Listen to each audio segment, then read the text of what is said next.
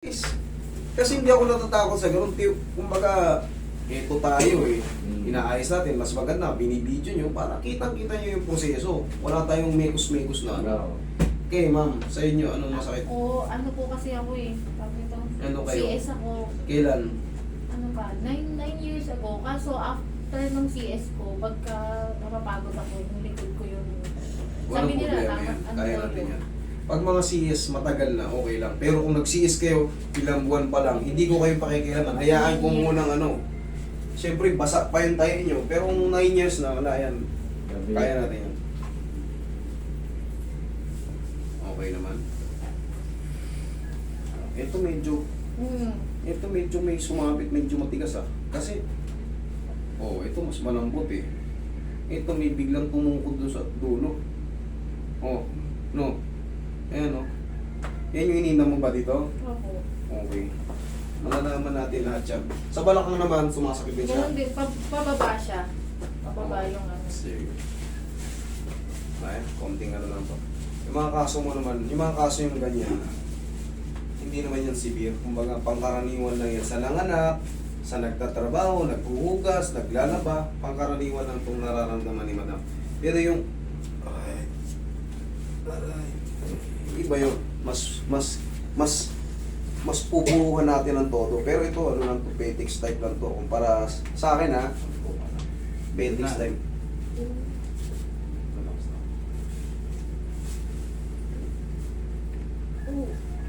Sa assessment pa lang kasi, alam ko na yung ano, kumbaga kaya ko nang tansyahin kung talagang severe kayo or ano. Basta wag lang kayo magsinungaling. Kung may mga opera kayo, mas maganda sabihin nyo. Kung may mga sakit kayo sa ibang part, syempre hindi ko lahat patanong yan. Ang sa akin na tinatanong ko, wala kayong opera, ganyan. Wala ba kayong ibang ano. Pero kung may mga iba kayong complication tayo, yan, sabihin nyo. May ano po ako eh, may breast cancer ako, may ano po. Mas maganda sabihin nyo kasi maiwasan natin yung ibang, baka maipit, masaktan, mag-react yung mga bukol, okay, ibang patagilid. Mas magandang sabihin nyo sa akin. Para maiwasan natin yung paglala. Hindi kayo lumala rito, lumabas kayong maayos. Natulungan ko kayo. Okay, relax.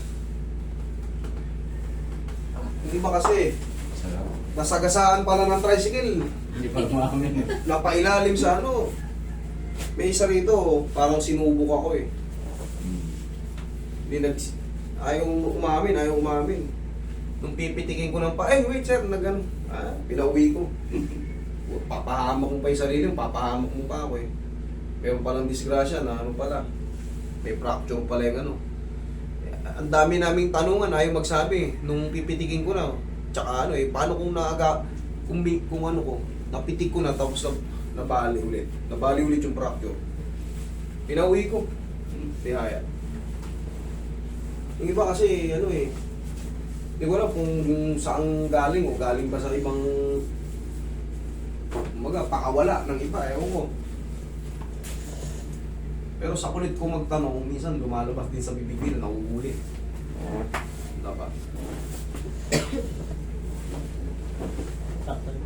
May mga ano ko dyan, may mga tinanggihan. Hindi tinanggihan dahil hindi ko kaya. Tinanggihan ko dahil sinungaling. Ayaw ano. Mayroon, parang gusto niyang ipahamak yung sarili niya tapos ipasagot niya sa akin yung iba pang problema niya. Parang ganun eh. Yung hindi naman talaga kaya ng hilot pero gusto niyang magpunta ng ospital para ako magbayad. Okay, relax. Sana huwag ganun. Kasi wala naman akong ginawang masama sa inyo. Gusto ko nga kayong tulungan eh.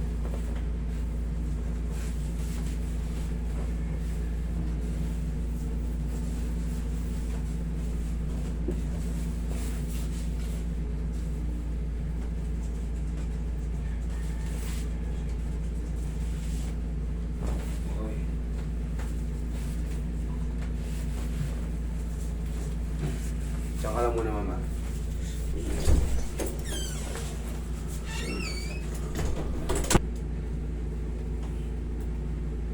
Yeah.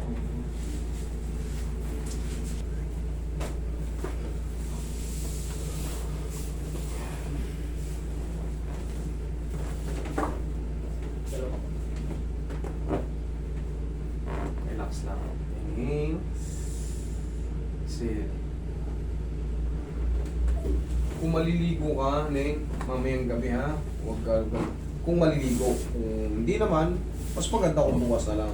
Yes. Okay? Kasi hindi ito ordinary yung mga haplos-haplos lang eh.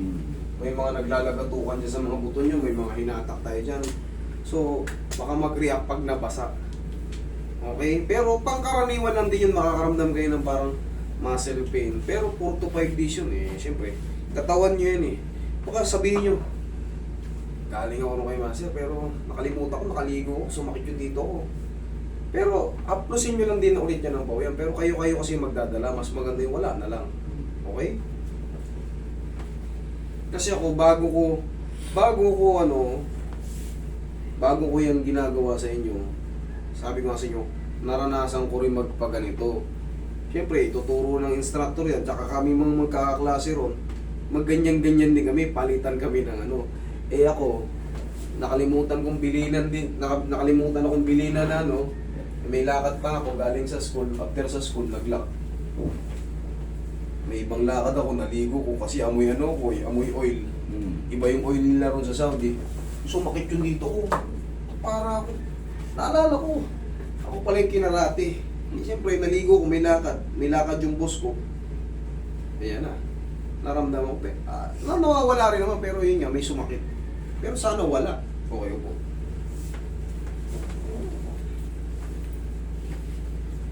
Kaya to si Roy, tinuturuan ko to kung paano niya patatamaan yung ano.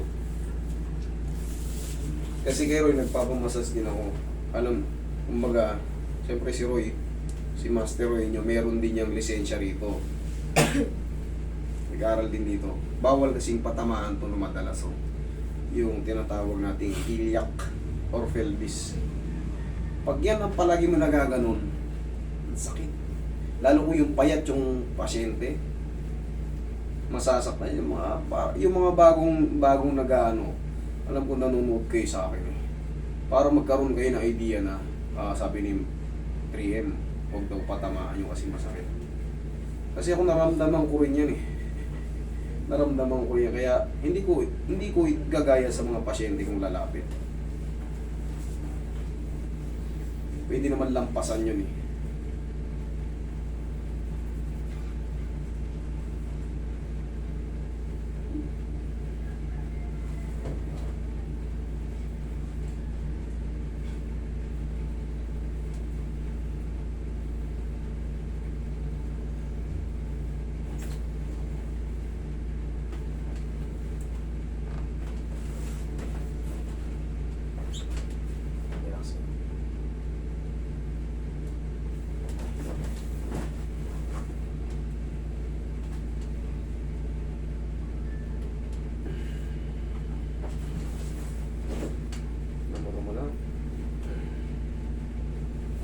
Na.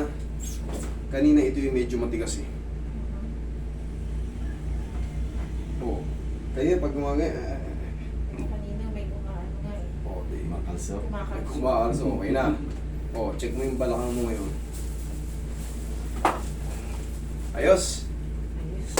Thank you. Okay.